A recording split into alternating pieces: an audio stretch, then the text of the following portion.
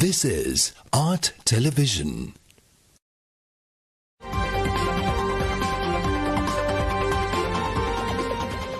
Coming up, State of Business, sponsored by SLT Mobitel, එකම එක සබැඳියාව. IWS Aviation.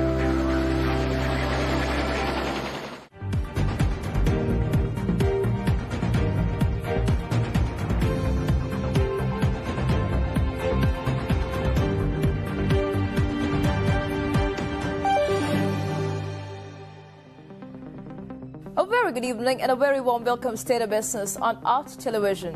I'm Ashine Ali and let's have a look at the headlines first. Economic crisis pushes population towards economic crisis. Government forges ahead with SOE reforms. News in detail. The economic crisis has left millions of Sri Lankans food insecure. Thus, the United Nations World Food Programme is stepping up its emergency operations. The WFP Regional Director for the Asia and the Pacific, John Alieve, recently concluded a two-day visit to Sri Lanka. The latest WFP survey shows the hunger is rising sharply, where nearly half the households interviewed face challenges in accessing food amid income loss, record food price inflation, food supply chain disruptions and severe shortages of basic commodities including fuel. During the regional director's discussion with a group of WFP assistance recipients, he heard first-hand accounts of how the food crisis impacts them. 4 out of 5 households are limiting portion sizes and skipping meals to cope. Alieve met Prime Minister Dinesh Gunawardena and Foreign Affairs Minister Ali Sabri and discussed the immediate priorities in addressing food insecurity in Sri Lanka. He also met Deputy Secretary of the Treasury RMP Ratnayaka. In a meeting with the Ambassador of Korea, the WFP Director expressed gratitude particularly in assisting smallholder farmers and strengthening food systems. He also met the High Commissioner of Australia and thanked him for Australia's timely donation that helped WFP start its emergency response operation in June. WFP aims to reach 3.4 million people with food, cash or vouchers while supporting national programs including school meals and Triposha, the latter providing fortified food to pregnant and breastfeeding mothers and young children.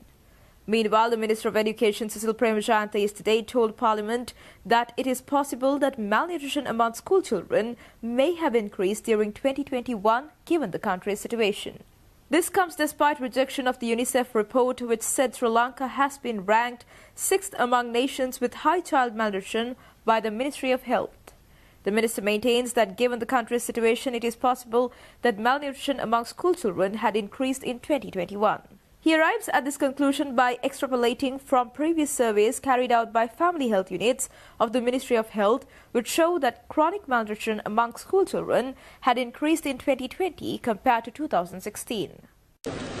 කුෂභා පිළිබඳ දර්ශකයේ අනුව කෙටි කාලීනව සිදුවන පෝෂණ වුණතා මත සිදුවන මන්ද පෝෂණ තත්ත්වය 2016 වර්ෂයට සාපේක්ෂව 2020 වර්ෂය වන විට 3.15කින් අඩුවීමක් පෙන්වා දෙන්නේ. එමෙන්ම ශුද්ධ පෝෂණ වුණතාවයන්ද දරුවන්ගේ මන්ද පෝෂණ තත්ත්ව සඳහා බලපෑමක් ඇති කරයි.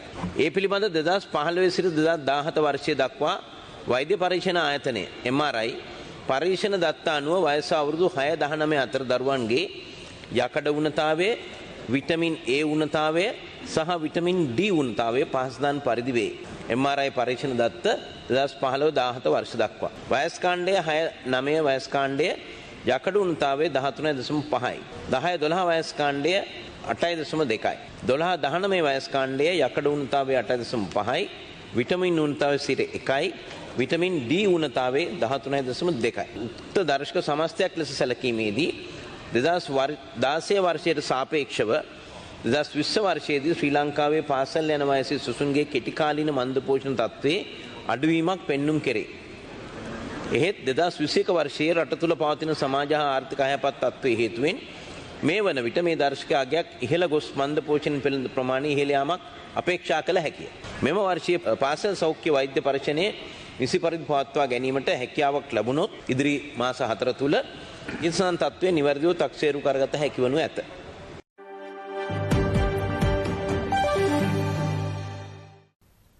Joining other Paris Club members, the US, as a creditor country, has extended support for Sri Lanka's debt restructuring process. According to the President's Media Division, US Treasury Secretary Janet Yellen, in a communique to President Ranil Wickremesinghe, has informed their full cooperation for debt negotiations and restructuring process.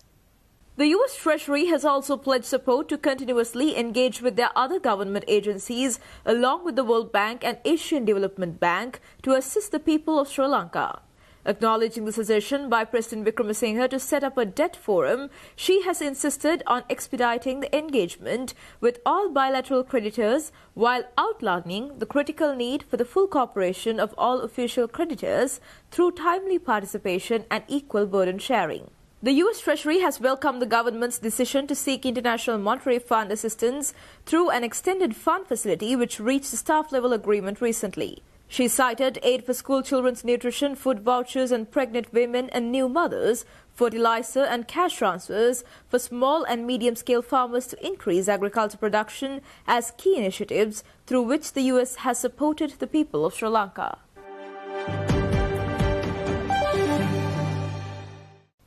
Linking Sri Lanka's past record on human rights to its current economic crisis, the UN Human Rights Chief recently said impunity for human rights abuses, economic crimes and corruption was the underlying reason for the collapse.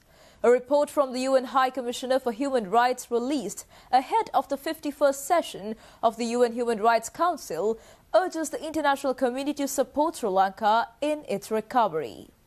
The report prepared by the Office of Michelle Bachelet, who recently completed her term, said the board-based demands by Sri Lankans from all communities for accountability and democratic reforms presented an important starting point for a new and common vision for the future. It was a reference to the demands of the Mighty People's Movement that ousted Rajpaksas earlier this year in the wake of the harrowing economic downturn.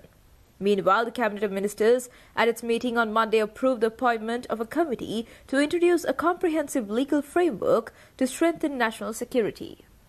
The objective of the committee is to overcome shortcomings in existing anti-terrorism laws, enforce the law, and strengthen investigations and supervision. The proposal also includes introducing regulations in line with terrorism and extremist violence. In addition, the Cabinet paper has proposed to appoint a committee to compile a comprehensive legal system pertaining to national security by focusing on relevant issues and considering international standards and recommendations related to the protection of human rights. The proposal revealed that importance will be given to introducing a broad national security framework. The committee will be chaired by the Justice Ministry Secretary. The proposal to this effect was jointly submitted by President Ranil Wickremesinghe in his capacity as Minister of Defence, Justice, Prison Affairs and Minister of Justice, Prisons Affairs and Constitutional Reforms, Vijaydasu Rajpaksha, and Minister of Foreign Affairs, Ali Sabri. On the 23rd of August, the government revealed plans to introduce a fresh act for national security repealing the Controversial and Archaic Prevention of Terrorism Act.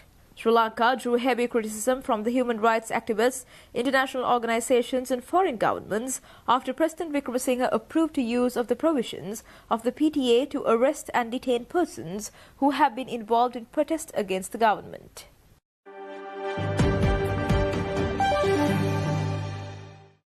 Stay tuned for more news right after this commercial break.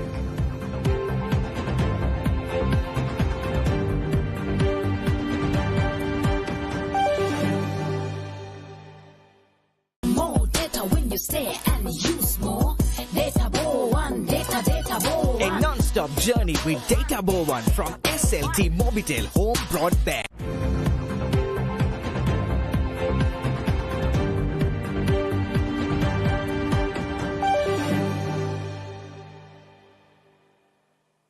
Welcome back after the break.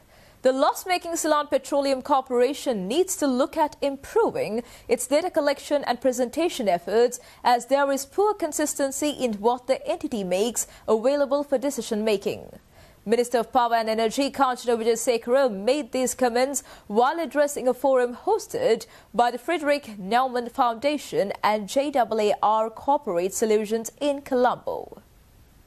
The minister acknowledged the need to transform the local petroleum industry. The minister asserted that it is essential for the CPC to make an active effort to make available credible data that enables policymakers to make informed decisions. He expressed that he will be focusing on data pertaining to CPC assets and liabilities as he has been provided with the inconsistent data thus far. The minister shared that the entity will be audited so that there is access to accurate data. He implied that poor management of CPC resources has resulted in the entity continuing to report losses, whereas Lanka IOC, the only competitor in the retail fuel market, has been successful in making profits with the same set of resources. The minister added that steps have also been taken to introduce competition and end the CPC monopoly on the supply of jet fuel. He acknowledged the need for transparent and streamlined fuel pricing formula which is based on the actual price as opposed to the average price which is currently in use. CPC losses in the first 4 months of 2022 amounted to 628 billion rupees. This is 73% of total losses in the SOE sector. Minister Sri has also said plans are underway to introduce revised tariffs for rooftop solar panels next week. The minister made this announcement following a meeting held with the committee members appointed to revise tariffs on rooftop solar yesterday. According to the minister, the committee had considered economic factors, least cost generation models, financial capability of the Ceylon Electricity Board in reviewing the new tariffs. In May, the Power and Energy Minister announced that the government will launch a rapid renewable energy generation plan from June onwards. The plan will be executed in 2 quick steps which include conversion of rooftops to solar panels and extending immediate provisional approval for renewable energy proposals. However, in a recent exclusive interview with Art Television, Secretary General to the Joint Apple Association Forum, Johan Lawrence discussed some of the issues encountered by the Apple sector when engaging in renewable energy projects. Renewable energy is a big part of a number of companies have huge investments, mainly in solar, but also in wind. And the biggest example of where this is not working is that these companies, under the model on bulk, you sell it back to the CEB. And basically, companies are owed money for electricity that is being generated and supplied to the grid, but not paid for. So again, you enter into an agreement with the CEB where you put an investment in and you generate renewable energy, you sell it to the grid, and then if you don't get paid for it for months, then that whole model fails. So if we're trying to encourage people to go into renewable energy, then you have to have a scheme that is going to be fair. You can't have a scheme that says, well, you will theoretically get this money from the government, but you don't get it. So again, these are the factors that prevent renewable energy. The other big one is something called power wheeling, where basically what we are lobbying for is to allow the concept of power wheeling. Agreed, there's a transmission fee which will have to be paid, but this is a fundamental change to the model of the CEB. The CEB is a single user model, and the CEB itself needs to be reformed to break this down so that this will encourage models of operation whereby companies can invest in putting up solar plants or renewable energy plants in the right location. These reforms have been talked of for years and years and years and just never go through. So this is where there has to be a clear policy that says, yes, the monopoly on distribution will be broken down. We're moving away from a single user agreement. And this is what will open the economy and will help to bring in the investment that's needed in renewable energy in order for us to both reduce the requirement from the grid and also to lower the cost of generation.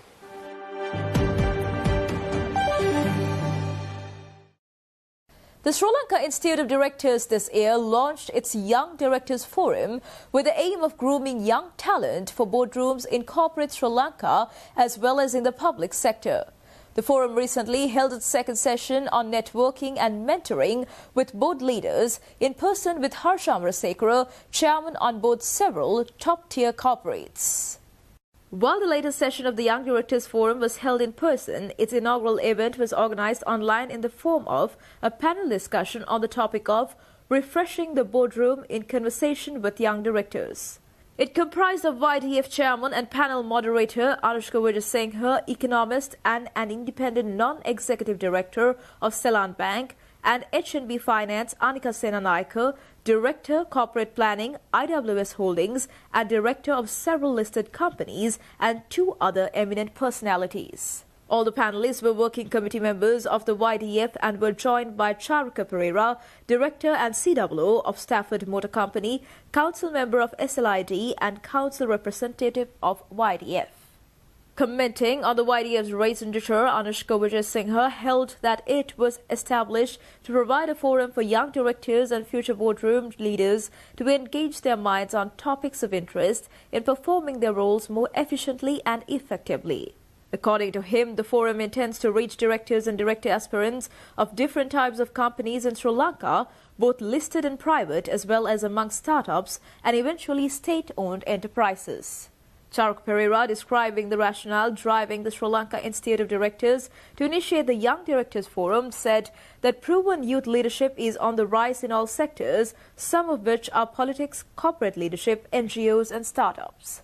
The SLID Council representative explaining the primary focus of the YDF is to groom the future board leaders of corporate Sri Lanka, expressed that the SLID seeks to identify the needs of young directors and roll out programs tailored to their needs. At this latest session, those in attendance were treated to an exclusive, frank and cordial discuss, which impaired knowledge drawing on the years of experience Harsha Amrasekara had gained from guiding corporates in diverse sectors. The question and answer section of the event saw a majority of attendees inquire about complex problems in their respective fields, to which they received clear and concise guidance.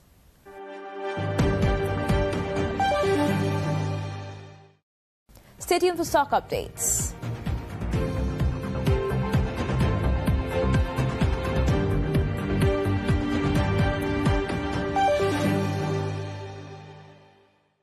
More data with low latency. Data Bow 1, data Bow 1. A non-stop journey with Data Bow 1 from SLT Mobitel Home Broadband.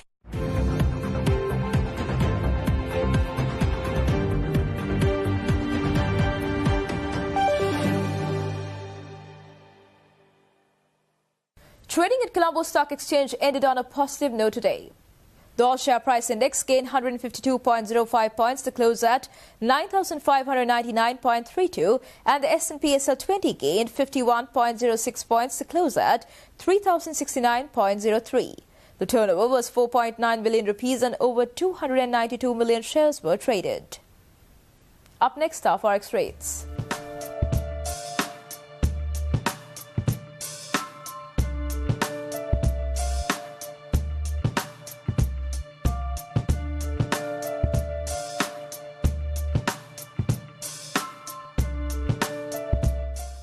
And that's all news for today. See you tomorrow with State of Business at the usual time. Until then, take care and good night.